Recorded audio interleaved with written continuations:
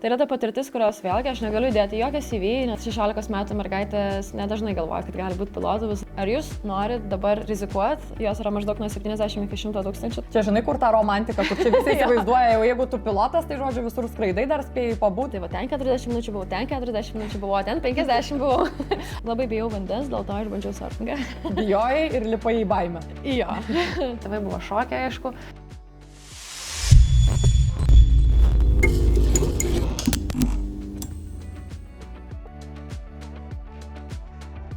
Labas, Julija. Labas, Sandra.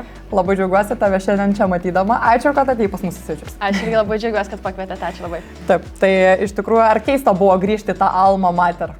Labai keista, nes nebuvau čia gal 5 metus, manau, nes paskutiniai metai buvo COVID-as, tai labai keista, nes viskas labai pasikeitė, bet va, pažįstamų veidų yra vis dar. Tai taip. Labai dėl to malonu. Labai džiugu. Tai Julija, šiandieną su tavimi susipažinsime ir pradėsime nuo vaikystės. Ir šiek tiek taip pereisim per tą tavo karjerą, nuo tos vaikystės galbūt tų svajonių iki to, kas vyksta iš tikrųjų realybėje dabar. Tokį, žinai, nestandartinį klausimą tau pirmą užduosiu. Jeigu tavo vaikystė būtų koks nors metų laikas, tai koks metų laikas geriausiai atspindėtų tą tavo vaikystę?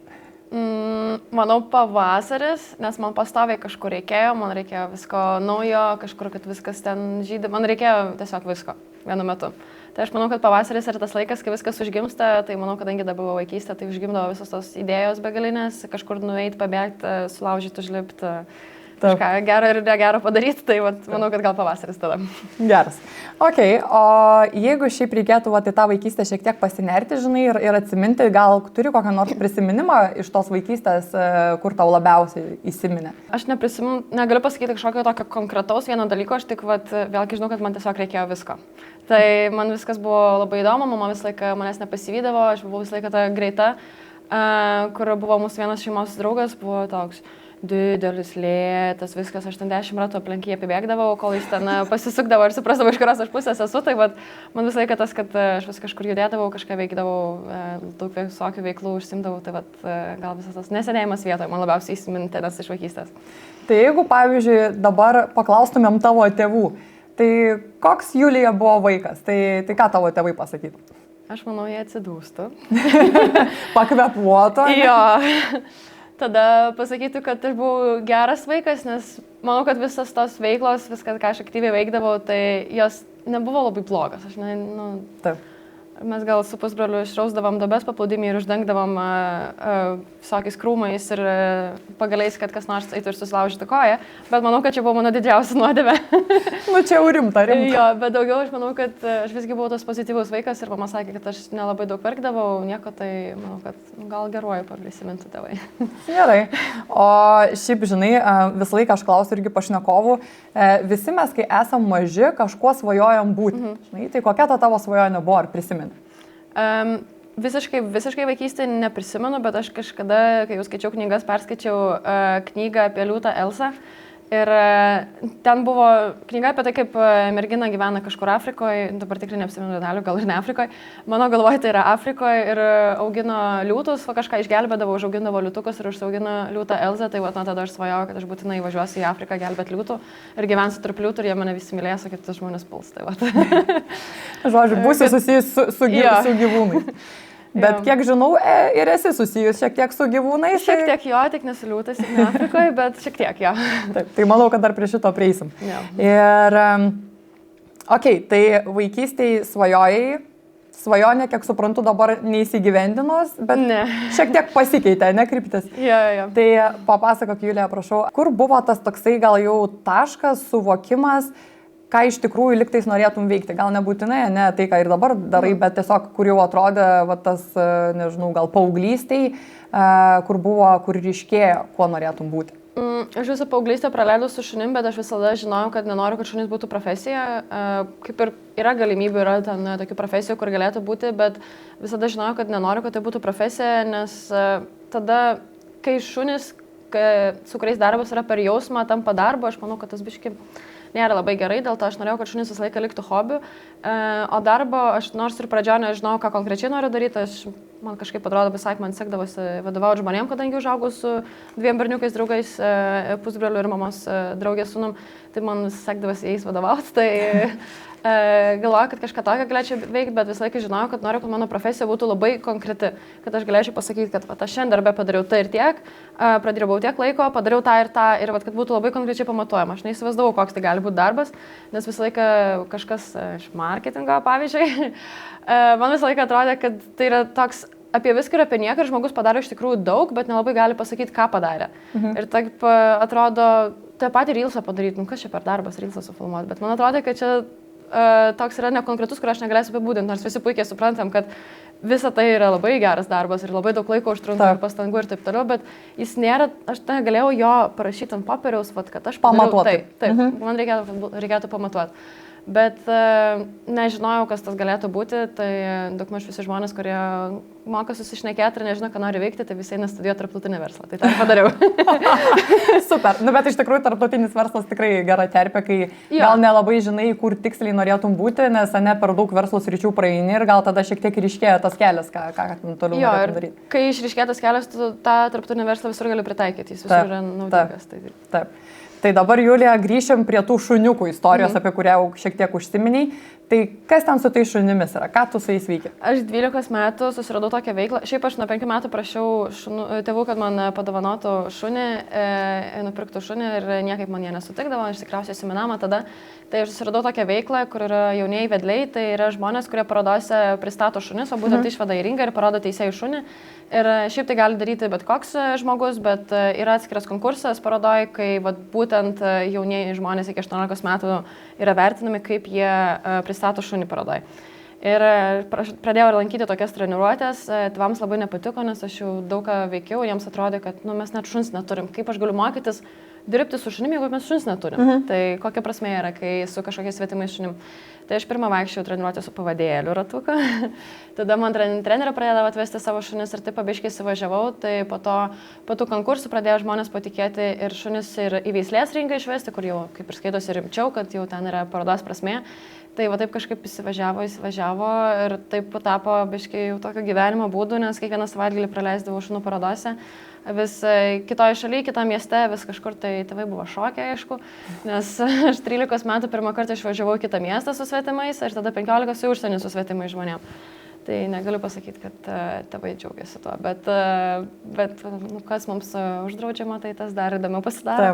Taip. Tai dėl to važinėjau per šunų parodas labai daug ir tada gavau galiausiai šunų ir čia bendrai dresūrai ruošti ir kelias šuniukų vadas turėjau, tai tas toks šunų pasaulis įsivažiavo. Bet kaip sakiau, niekada nenorėjau, kad tai būtų daroma. Tai buvo tas paauglystės hobis, kuris užėmė visą laiką, bet liko paauglystėje. Taip.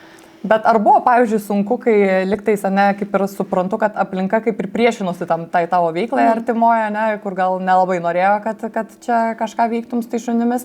Tai ar buvo sunku pasipriešinti, ta prasme, kaip tau, kaip vis tiek paaugliai, buvo dažnai momentas, kad vis tiek tu padarysi. Kaip tavo tėvai su tuo tvarkėsi ir kaip tu su tuo tvarkėsi? Aš manau, kad mes kaip paaugliai tai norim tiesiog pasipriešinti, kam nors pasipriešinti, tiesiog kad priešintis. Bet man ir tikrai labai patiko su šiandien. Tai manau, tai, kad tėvai neleisdavo ar kažkaip jiems tai nepatikdavo, iš vienos pusės liūdindavo, nes tuo pačiu metu mačiau, kaip buvo mergaičių, kuriam tėvai su visko padėdavo, nuveždavo ir taip toliau. Bet aš manau, kad man tas labai daug davė, nes aš viską turėjau susigalvoti, susirasti pati ir klientų susirasti, ir draugų susirasti, ir kur nuvažiuoti, kaip susiorganizuoti. Ir kai atsiduri 15-16 metų viena užsienyje su nepažįstamais žmonėm, turi kažkaip suktis ir rasti sprendimus. Tai aš manau, kad tai mane labai užaugino kaip asmenybė, būtent gyvenimiškos patirties prasme, nes tai yra ta patirtis, kurios vėlgi aš negaliu įdėti jokią CV, nes visiems atrodo su šuniukais ratu pabėgioti, čia buvo nesąmonė. Bet tai yra ta patirtis, kurios aš negaliu įdėti į CV, bet ten tiek patirties yra per visas keliones ir patirtis yra ne būtent pats išėjimas į parodos ringą, nes tai užmėma porą minučių, ten nieko ypatingo tokio nėra.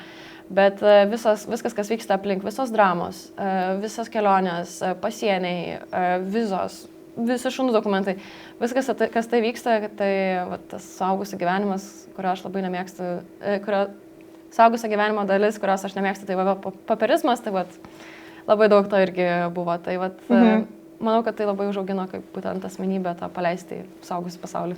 Kas pačiai gal kokia didžiausia pamoka, nu kiek girdžiu, tai aišku tas savarankiškumas tikriausiai, bet gal buvo kažkoks, ar nežinau, ar irgi tas pats gal kažkoks įvykis, ar kažkas tų pačių parodų metu, ne, kur tau įsiminė ir gal kur netgi pakeitė tą tavo mąstymą kažkokią, ne? Gal pamini kokią nors. Man gal net konkretus įvykis, bet bendra visa išvada, kad labai yra svarbu turėti kelis artimus draugus ir visi žmonės, kurie aplink atrodo draugais, tikrai nebūtinai yra draugais. Tiesa. Jo, tai kaip atrodo, Facebook'e turim 5000 draugų, tai ne. Tai viskas tas iliuzija, kur mes kažką vadinam galbūt draugais, bet gal jie tais nėra. Bet svarbu yra turėti tos kelis artimus draugus, kuriais galima pasitikėti ir jie tikrai padės bet kokiu momentu. Julija, dar šiaip irgi įdomu, prie šuniukų visos temos grįžtant, tai kaip pavyzdžiui, vat, jeigu aš dabar būčiau paauglė ir vat, norėčiau, ne, irgi tuo užsimti, tai koks yra tas pirmas žingsnis, kaip tu pati ten visgi atsiradai, ne, vat, tas pirmas tavo žingsniukas koks buvo, ar tai yra kažkokia mokykla, stovykla, nežinau. Mano laikais. Taip. Tokia sena, tai mano laikais dar buvo forumai. Tai aš susiradau per forumą, bet dabar yra jaunų vedlių klubas ir taip tiesiog susigūglinus galima tikrai surasti. Ir jeigu kažkas jau važinėja, stebi, galės jau, jeigu kažkas jau yra toj srity, tai jie pamatys tikrai žmonės, kurie veda tas treniruotės, bet tiesiog kreiptis į jaunų vedlių klubą ir jie tikrai padės susirasti tas trenerius savo mieste. Tai. Gerai, super. Gal kažkam praver šitas patarimas? Gali būti. Nes čia žinai, kur būna, kur kartais atrodo, o kaip fainai, bet nežinau, nuo ko pradėti. Tai ir kur vienam atrodo jau labai įprasta, pavyzdžiui, man tai tikrai aš galvočiau, tai kaip čia man dabar, kur čia, ką čia daryti.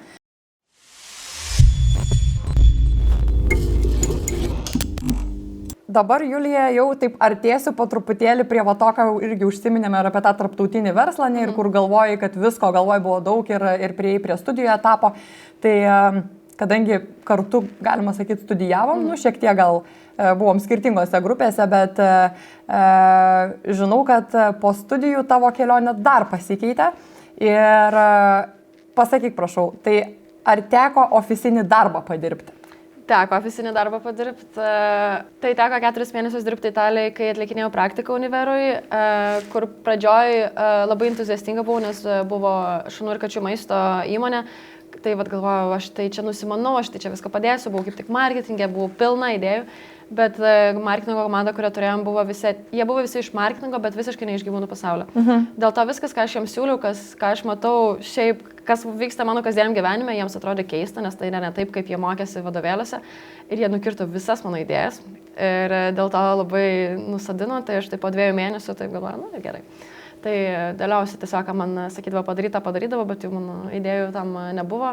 Ir tada grįžus į Lietuvą, jau tada pasibaigėm Univerą ir tada galvojau, ką man čia veikti. Tai galvojau, kol aš galvosiu, ką veikti gyvenime, reikia pradėti dirbti. Tai tada padirbau dar ofise. Dar buvo COVID-as, tai gera dalis buvo tai, kad buvo smagus kolegos, tai buvo tikrai labai geras kolektyvas, bet aš neįsivaizduoju, ką aš ten veikiau. Tai buvo operacijose, negaliu pasakyti, kad man buvo labai įdomu, kadangi vis tiek žinojau, kad tai bus laikina, bet iki šiol negaliu pasakyti, ką aš ten veikiau. Taip, būna kartais, matai čia tų tokių darbų reikalų. Jo, tai gerai, tai dabar taip, turim studijas, turim kažkiek galbūt išiškintas kryptis.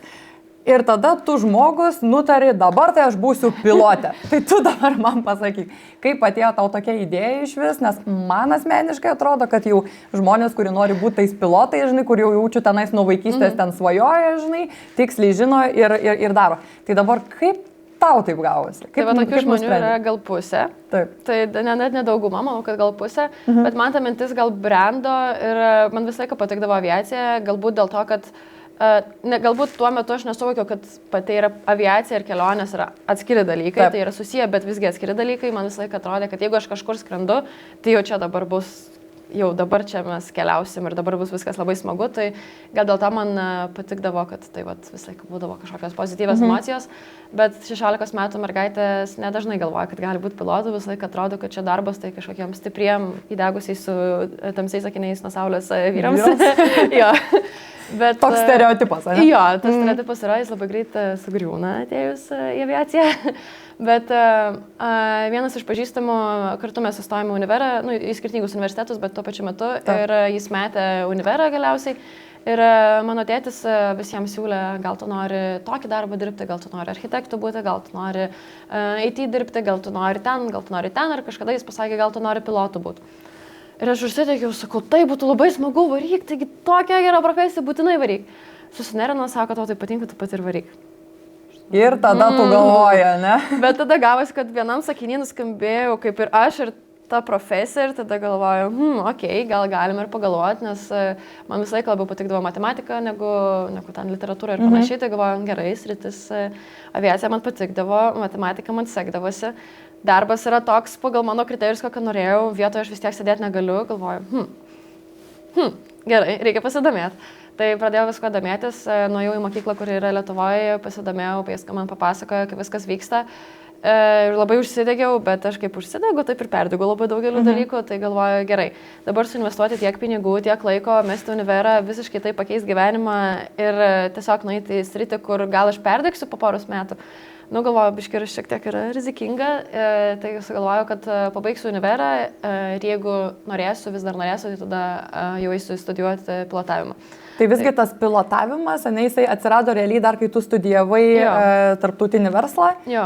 Ir kuris šio kursas buvo? Arba pirmas, arba antras, man atrodo, gal antras. Tai dar realiai tokioj pačioj, galima sakyti, kaip ir pradžioj. Jo, manau, kad tikriausiai antras kursas buvo.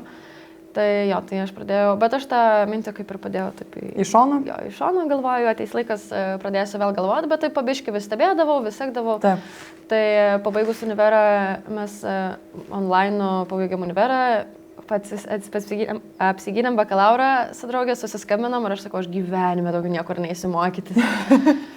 Baigsiu studijas. Jo, jinai sako, aš jokį magistrą niekada gyvenime neįsiu. Po pusės metų, rugsėjai, kaip gyveni, viskas gerai, ką veikia, aš tai magistrė, o aš tai pilotų mokyklai. Čia taip jau būna. Niekada nesakyk niekada, jo, bet mūsų tas bakalauro rašymus mus labai išgrėžė, tai mes tokios, niekada gyvenime daugiau, tai va. Čia visiems tai būna. Jo, būtent, tik pabaigus bakalauro. Tai kaip tada gavas, tai tu ėjai kažkokią, nežinau, yra tikriausiai mokykla kažkokia, yra galimai ir universitetai, kiek žinau, tai koks tavo kelias buvo?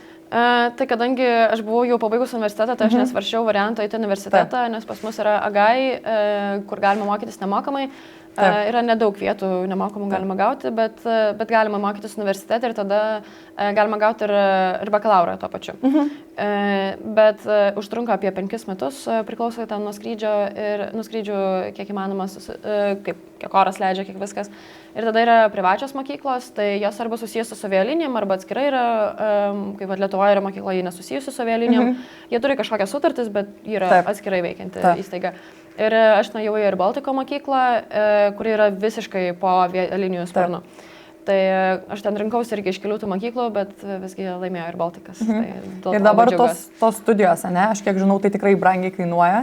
Ar ten yra kažkokios finansavimo galimybės, ar čia jau visiškai tu, kai stoji, tai jau turi jau galvoti, iš kur čia tuos pinigus traukti? Ir taip ir ne, tai vėlgi priklauso nuo mokyklų, tai universitete galima nemokamai, privačios mokyklos visos kainuoja ir arba bankė reikia imti paskolą, gal kažkas ir kišeniai turi išsivaliuojusi, nežinau, bet dabar bent jau ir Baltikė ir daug kas iš kitų mokyklų taip siūlo, kad galima susimokėti kažkokį pradinį įnašą ir tada jeigu sekasi gerai, tai tada likusią sumą sumoka avialinijos ir tada išskaičiuoja po to iš algos. Tai labai geras variantas, nes kai aš pradėjau, tai tokio nebuvo, tai mums reikėjo iš banko imti paskolą, bet bankas to nemato kaip mokslai. Taip. Tai aš turiu mokslams paskaitą, kai buvo universitetui, tai viskas gerai, su jie viskas paprasta, bet šitie mokslams negalioja ta paskola. Okay. Tai čia jau tokia... Ale, kai pasimtum kokiam butui ar kažkam rimtesniam, mane pirkiniui, nes tikėtina, kad tie mokslai tikrai kainuoja. Nes čia ne išsilavinimas, čia tiesiog licenzija. Jo, tai va, metams nesiskaita. Okay.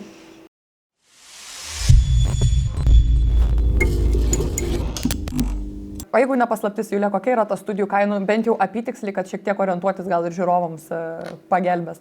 Tai skirtingose mokyklose, būtent privačios mokyklos, jos yra maždaug nuo 70 iki 100 tūkstančių tos kainos. Jos įskaičiuota viskas išskyrus pragyvenimą. Kai kur yra ir pragyvenimas įskaičiuotas, bet tada gali būti biškai didesnė kaina. O tu, kuomet mokėsi, būtent Air Baltica, tai mokykloje, tai tu buvai Lietuvoje, ar čia teko ir gal kažkur išsikraustyti? Į Latviją. Jo, tai aš paskutinius beveik 4 metus Latvijai. Ir kaip toj Latvijai ar patiko? Nu, va, jau grįžtu į Lietuvą. Tai... Supratau, atsakymą labai gerai. Buvo viskas gerai, nes tai buvo geras laikotarpis, nes mes susiradom draugų, nes tai buvo mokslai, nes baigė mokslas, gavom darbą ir panašiai, bet namai yra namai. Taip. Tai Julija, tai kaip čia tos studijos, tos licenzijos laikymasis?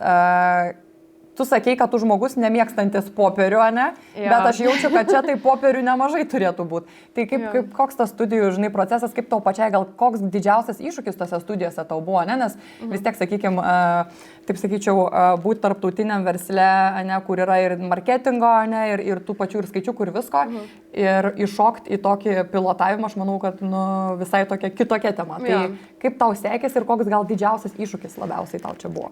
Man gal didžiausias iššūkis, kad tai buvo visgi labai techniškai ir labai angliškai ir aš galvoju, kad aš tai gerai moku angliškai, bet aš nemoku techninės anglų kalbos. Nes susikalbėti gyvenime, kelionėse ir panašiai yra vienas dalykas, bet mokytis, kaip veikia variklis angliškai, tai čia yra kitas dalykas. Tai tikrai buvo sunku, bet iš kitos pusės aš jokia kita kalba tų žodžių irgi nežinojau. Tai gavosi tiesiog automatiškai mokytis angliškai ir tai yra dalykai, kurio aš kitom kalbom negaliu paaiškinti. Tai tarkim, grįžus namo tėčiui, aš nieko negalėjau papasakoti. Bet aišku, žmonės, kurie turėjo kažkokią jau techninę patirtį, buvo grupiakus, kurie ten mašinas tvarkė. Tai aišku, kad tas padeda, bet taip atėjus būtent iš tarptautinio verslo į aviaciją, kur yra labai techniniai dalykai, tai aišku sunku. Bet dalykai yra ne tik techniniai, yra tarkim ir meteorologija, komunikacijos, per radio ryšio komunikacijos, kažkas matematiško, fiziško, tai visko įvairiaus yra, bet tai yra labai intensyvios studijos, tai nebėra taip kaip univerė, kad yra vasara, tos atostogos, čia dar kažkokios. Gerai, yra kalėdų atostogos ir viskas.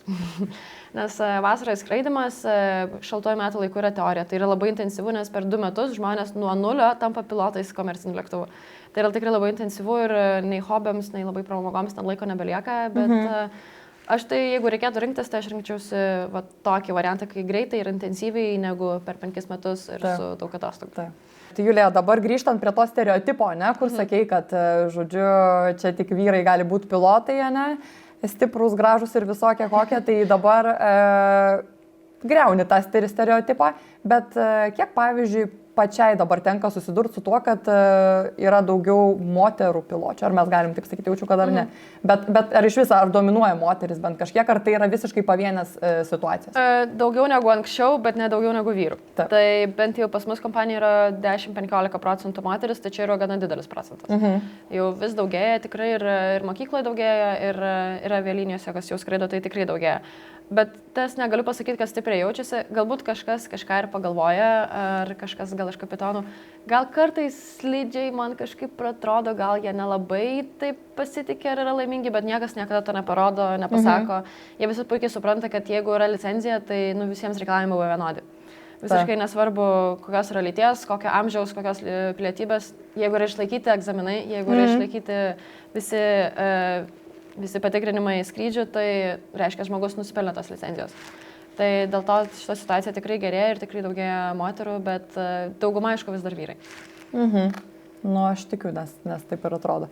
Ir iš tikrųjų, tai kaip ir atsakei mano dar klausimų, kuris irgi mano galvoju, žinai, taip sukosi, apie tai, kaip patys vyrai reaguoja, ne? Ar nėra to, kad, kaip ir sakė, ar gal ten nepasitikė, ar gal liktais ir kreivokai žiūri, žinai, ar visgi viskas yra ok, žinai, čia viskas. Nu, čia yra tikrai pavieniai tie žmonės, kurie galbūt, kai pasirodo, kad kažkas, galbūt jie ir nėra labai patenkinti, bet čia neseniai nuėjau į tualetą, išsiploviau rankas, grįžau į kabiną, pasitipiau kremų rankas ir kapitonas sako, nu kaip gera su moterim, skraidyti apelsinais kvepia, o ne senais vyrais.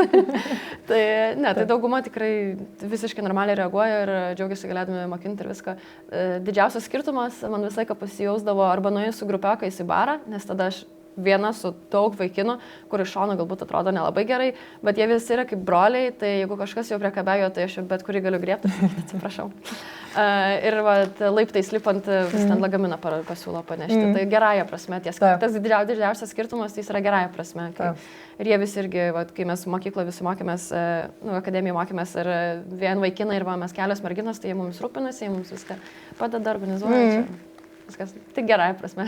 Labai gerai. Žodžiu, manau, užmotivavom merginas, kurios beplanuoja ir galvoju apie piloto profesiją. Tai dar man irgi toks klausimas dabar, žinai, iš to mūsų pokalbio minėjai apie tą mažą lėktuviuką, žinai, kuri pilotuoti teko ne pačioj pradžioj, kol mokėsi. Tai dabar kaip yra su šitu, nežinau, čia komercinis lėktuvas vadinasi, ar koksai, kur jau žmonės, ne, kur Boeingas yra. Tai, čia, žinok, man labai įdomu. Tu man papasakok, koks yra jausmas, kai tu gabini tuos žmonės ore ir koks tau buvo pačiai pirmą kartą, kai jau atsitiko tą akimirką. Kaip jauteisi? Pirmiausia, tai Boeingas yra lėktuvo tik vienas tipas, mes skraidame Airbusais, tai yra BMW ir Audi. Čia tokių detalyčių nežinau. Jo, tai yra BMW ir Audi, tai čia va tas pats, bet pas mus tai Airbusas.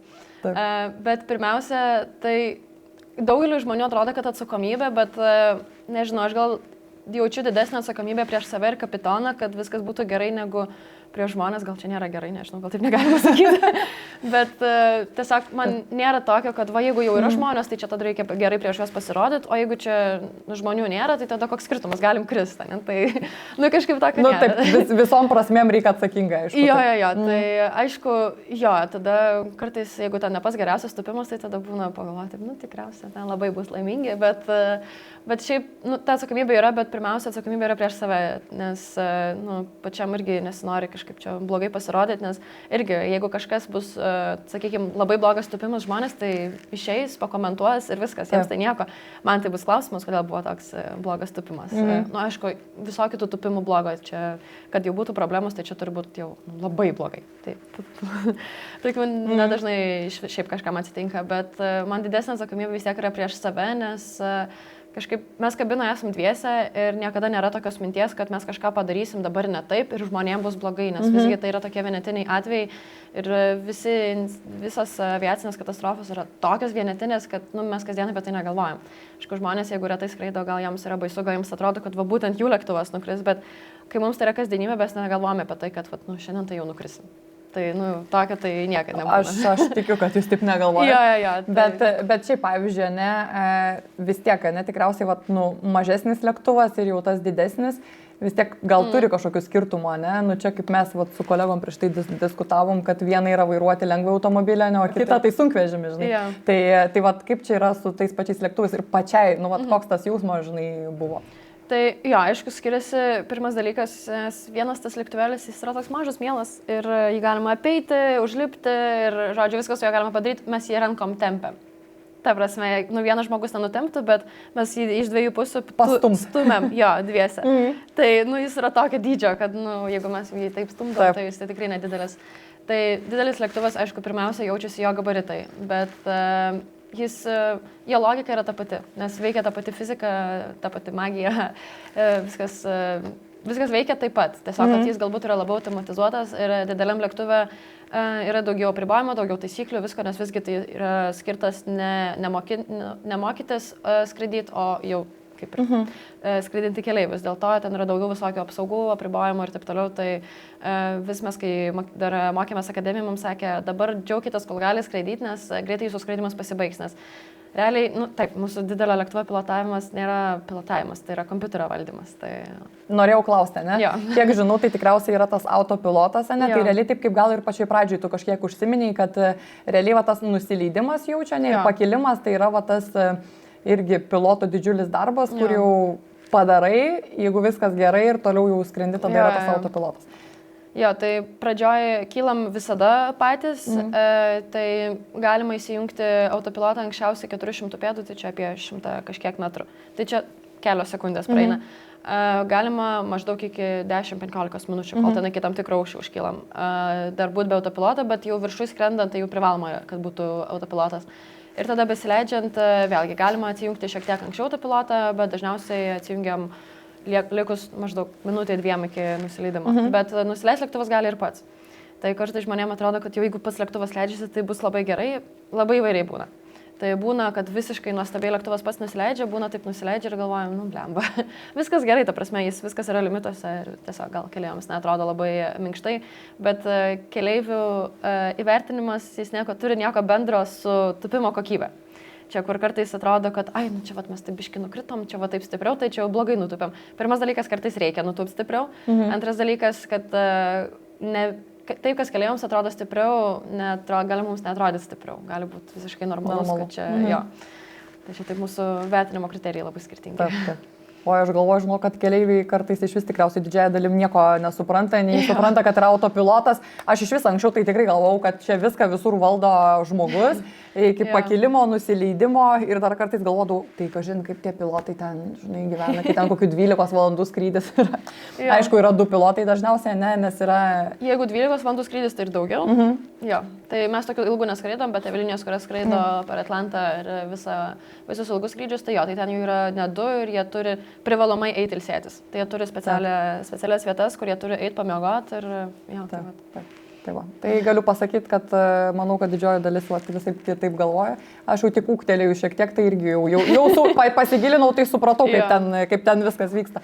Čia tokia sritis, kur labai daug stereotipų yra. Ir tada žmonės išgirsta tos stereotipus, ypač kurie atėjo iš senovės, ir tada labai keista, kai tie stereotipai kai tie stereotipai laužomi yra. Taip.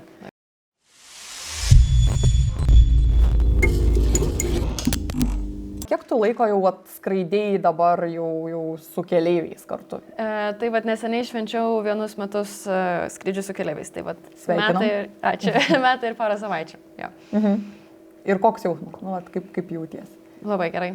Man labai patinka būtent tai, kad kaip ir iš vienos pusės tai yra rutina, nes mes kiekvieną dieną darom tą patį, bet kiekviena diena yra skirtinga, nes yra skirtingos oro sąlygos, skirtingas lėktuvo svoris, skirtingi keleiviai, skirtingas kapitonas, šiaip visa įgula skirtinga oro uoste ir taip toliau. Tai nors darbas ir yra iš dalies rutininis, bet kiekvieną dieną yra kažkas, kas jį paįvairina. Tai man tas labai patinka, nes tada gaunasi, kad mes kaip ir darom viską, kaip ir automatu, kaip ir visa raumenų atmintis, viskas, bet tuo pačiu metu yra kažkas, ką kiekvieną dieną gali naujo išmokti. Su nauju žmogum pabendrauti, į naują oro uostą nutūpti, pasikeičia vėjas ir kiekvieną dieną yra kažkas, ką galima naujo išmokti. Ir visgi kiekvienas tupimas, kaip tobulai žmogus be mokėtų skraidyti, kiek metų jis beskraidytų, kiekvienas tupimas yra naujas tupimas ir jis kiekvieną dieną gali būti skirtingas. O koks iššūkis dabar gal per šitus metus, kurį taip atsimeni, ar gal situacija kažkokia, kuri buvo, kur įsiminė ir galvoju, gerai, ką išgyvenau. Man gal taip labiausiai įsiminus yra pirma audra, nes visą laiką audra atrodo labai baisu ir mes žinom, kad tokios tam tikrus debesis skristi negalim ir taip toliau. Ir čia skrendam ir ekranas raudonas, kad ten raudoni debesis, o Dieve galvoju, kaip čia dabar bus, nes teorijoje tai aš žinau, kas bus, bet praktikoje tai visai kitaip, kai matosi žaibai ir kai visi keleiviai filmuoja žaibus, o mes turim kažką galvoti. Tai kaip tik į Vilnių tada grįžinėjom, tai ta pirma audra buvo labai įspūdinga, nes tuo pačiu metu pamatom ir kaip tai yra pavojinga, nes pasimato iš dangaus visas tas dydis, bet tuo pačiu metu matosi ir kaip galima tai apeiti, kaip galima nebūtinai skristi į audrą, kaip galima lengvai tiesiog nusukti ir panašiai pakeisti skrydžio aukštį ir tiesiog kažkur palaukti ir nesileisti. Ir visą laiką galima nuskristi į kitą oro uostą. Visą laiką galima priimti sprendimą, gerai, mums čia netinka, skrendam kitur. Tai aišku, keleiviai visą laiką būna labai nepatenkinti, Dieve, mes čia vėlavom, mes čia kitur nuskridom, bet tada visą laiką yra klausimas, ar jūs norit skristi per audrą, kas yra pavojinga, ar jūs norit geriau nutūpti kitą lėktuvą, į kitą oro uostą. Lygiai taip pat, jeigu vėlavimai ten, jeigu dėl kažkokių ten techninių ar netechninių priežasčių, ar jūs norit dabar rizikuoti, čia yra jūsų sprendimas, jūs rizikuosit savo gyvybę ir visų kitų žmonių gyvybę, bet mes skrendam laiku ir jūs spėsit nuskristi į savo Turkiją. Ar jūs visgi galbūt pavėluosit, bet nuskrisit saugiai. Ir tada, kai taip paklausus, tai visada žmonės sako, gerai, vėluojam. Vėluojam, pabūnam, palaukiam, leidžiamės kitur. Jo, tai kažkaip niekas nenori jau rizikuoti ir jeigu čia taip atskris. Tai manau, kad ta audra buvo labai gera ir šiaip ir gyvenimiška pamoka, nes ką mes nuo žemės matom, tai ne tas pats, ką matom iš dangaus, bet iš visų situacijų yra sprendimai. Galima rasti sprendimą. Julija labai daug čia kalbėjo mane apie visus tavo profesinius pokyčius ir takelius ir kaip čia viskas vyko. O ką šiaip mėgsti veikti tiesiog laisvalaikio, ne? Ar turi to tokio laisvo laiko ant žemės, sakykime, o neskraidant? Jo, tai atsirado, šiemet buvau pirmą kartą oficialiai išvažiavus atostogų. O, sveikinam irgi, dar vienas sveikinimas. Maži gyvenimo pasiekimai. Taip. Tai išskridau atostogų viena, mane, galima sakyti, ištrėmė atostogų, nes nebuvau pasiemus anksčiau.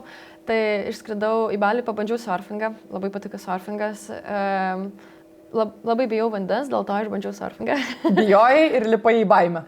Jo, tai Išbandžiau surfingą, kiekvieną kartą pabaigiu savo surfingo kelionę sudaužytą, bet nieko, išgyvenam, viskas gerai. Tai dar esu labai pradedančioji, bet labai patiko ir labai tikiuosi daugiau tų kelionių turėti.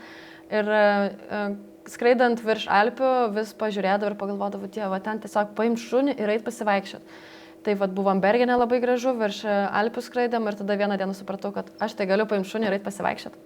Ir kažkaip buvom Šveicarijoje ir dabar Vokietijoje labai daug vaikštom į kalnus, tai vat kažkas iš haikinimo labai irgi patinka, bet turiu visą sąrašą dalykų, kurio dar turiu išbandyti, tai vat pabiškai, bandysim. Linkiu išbandyti, nepamiršti atostogų, nes per atostogas dar galima, žinai, kaip matom, visko spėti išbandyti.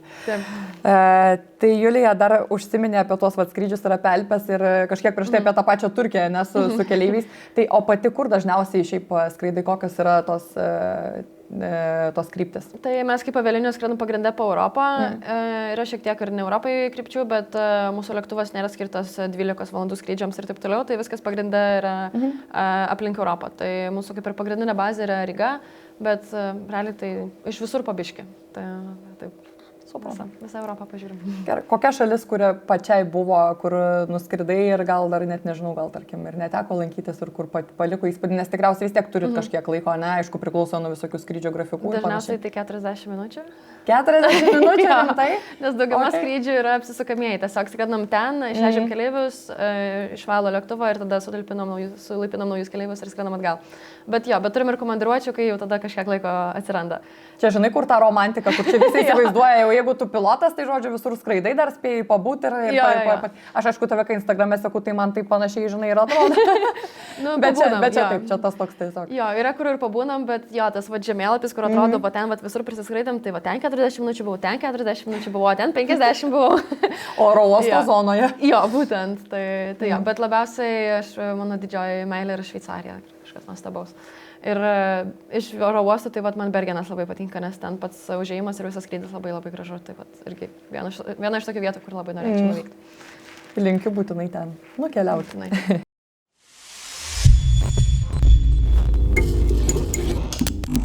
Mūsų laidos kozerinis klausimas yra apie tą alter ego profesijai.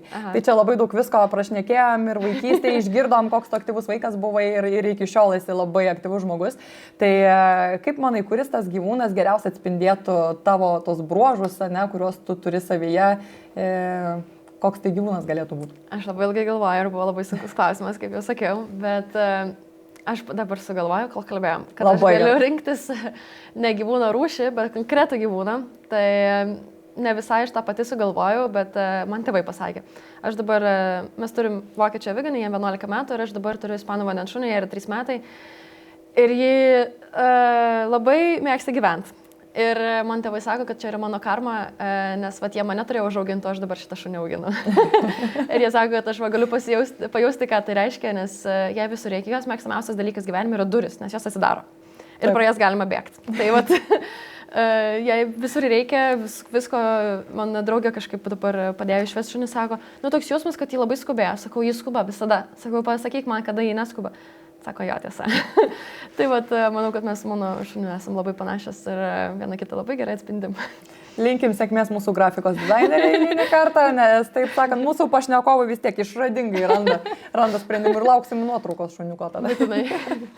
Tai Julija, iš tikrųjų, tai ačiū tau labai, kad atėjai pas mus, pasidalinai savo istoriją ir aš galvoju, kad tai tikrai labai tokia nestandartinė ir įkvepianti, ypač tiem gal, kurie galvoja, kad jau jeigu tu čia kažką baigiai kažkuria vieną kryptį, tai jau čia tik joje ir turi būti. Tai tikrai įrodai, kad, taip sakant, ir iš visai kitokios krypties gali pereiti į dar kitokią kryptį, tai labai, labai faina ir labai drąsu, tai labai džiaugiuosi, kad tave pažįstu ir kad šiandien buvai pas mumis. Ačiū labai, kad pakvietėt, buvo labai įdomi patirtis.